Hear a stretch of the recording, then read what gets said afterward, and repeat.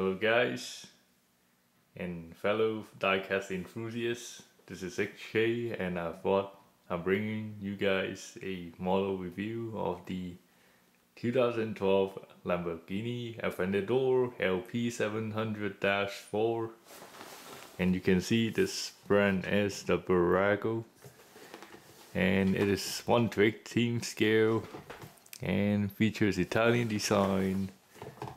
It's an official licensed product, and there's some labels on the bottom. Warning labels about small parts. So it isn't recommended for people who are under age 3. So let's grab the main features.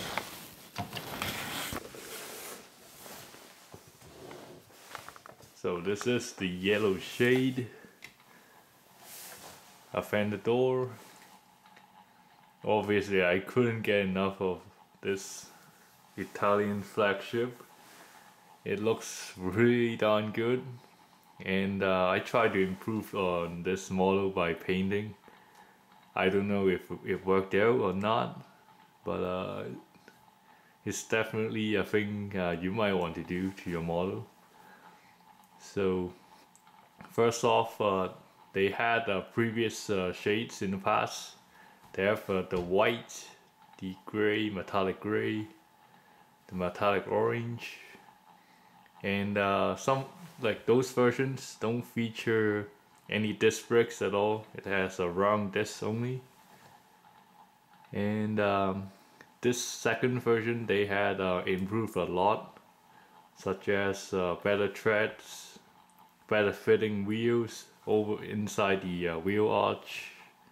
The doors don't open that too widely as before, and pretty much those points that from a particular website I'll mention below. And the fellow focused on Lamborghini car models, and he pretty much collect from the budget level to even the overpriced level, the MR model brand. So this car costs $65 from where I got it, and that's without tax.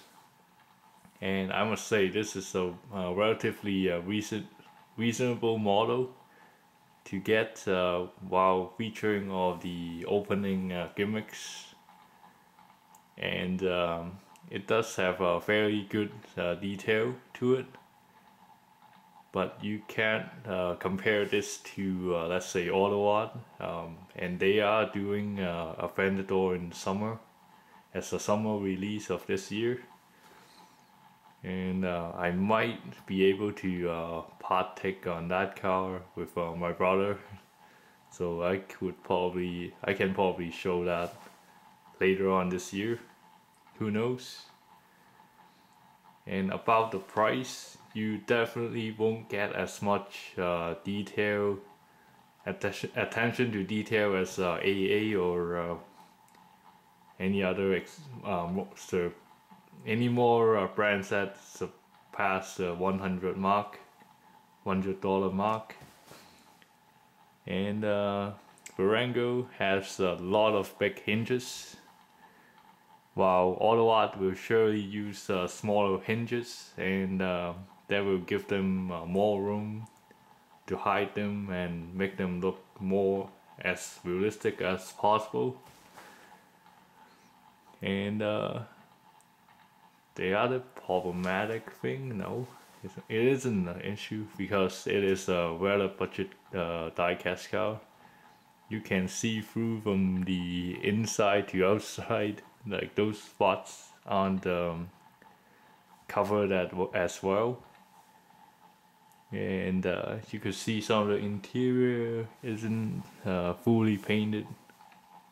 Like let's say from the front, you can see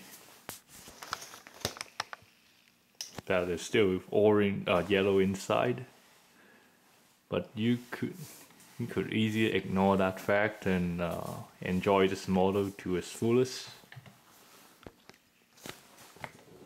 So I'll point a closer look I really tried to line those gaps in between to make it look nice, but it didn't work out for the front bumper. You can see that this, and they spin alongside with the wheel, and the wheel is a little different. It has a parking brake on the left side. You can see some fantastic detail. Even though this car didn't cost a lot. Hold on, give me a second. So you can see the headlights. It is composed of two parts, one black and one chrome. You can see a decent emblem insignia on of the Lamborghini. Fairly good front and see-through. White, just a paint side marker.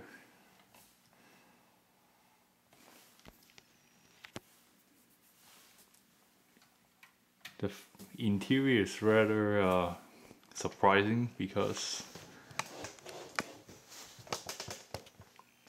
you can make out almost every instrument on the panel there, central console there.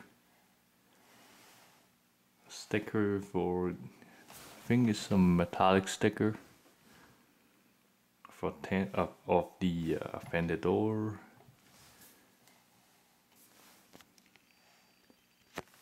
And here you can see all of the painting efforts that didn't, I don't know if it rather detract or add on to the effect of it. And you can see the engine again, engine bay. It is quite well done. Some silver trimming here and there. And you couldn't see through underneath, which is quite well done. Actually, let me show you the tail lights. They are again well done. They have an orange, which resembles that from the real car. Although the muffler, the exhaust, it's just a grille. And I think it has pipes in the wheel one, and this actually is a air brake spoiler that deploys at deceleration, but this version you can't open it. You will be able to with the Autoart release. Also the side fence. They are supposed to deploy at the during higher speeds.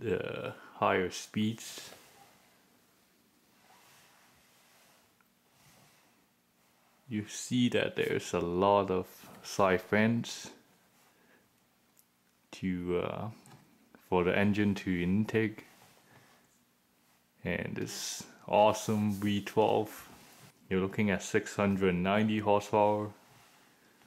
That's even better than the previous Aventador, which is once again 6.0 V12, and obviously this car weighs less and makes more power, so that gives them the Aventador owners a reason to obtain this car in person. Of course, this car is 4-wheel drive, and it is the power is delivered with a 7-speed pedal shift single clutch transmission, which allows a 0 to 60 time of 2.9 seconds with a max speed of 217 miles per hour. you could see that there's potential for this car to be even faster in the form of a super Velocier model SV. I don't know if I pronounced it right. Do correct me.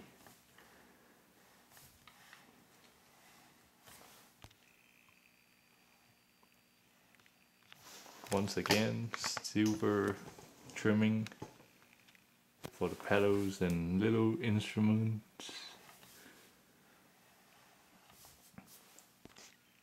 The only sad thing about this model would probably be the scale, because it measures to 247 mm, and if you divide that and work out the ratio, it's more like a 1:18 scale. For the usual crowd, it doesn't pose an issue, but if you're really extreme, you still want to get a precise model of a 1/18. This yellow shade is really superb. I did buff a little with turtle wax, and it's actually looks better than without it.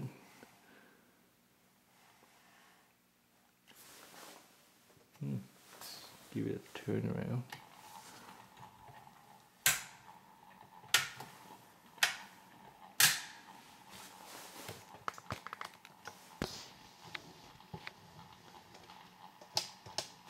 I'm honestly surprised by the effort that Burago has done to this Aventador, and it really brings nostalgia, to be honest, because I have a rather old Burago 456, and if you compare this to this, that Aventador has totally improved over the years. 456, it lacks a lot of those color and part separation, and here you can feel that this is from a couple years back, probably 16 years. But this totally made a lot of improvements. Although, even though it costs a bit more, it's quite well worth it. Between this time and when Autoart finally released theirs. Okay, I'll just give you guys a minute to enjoy the spin around.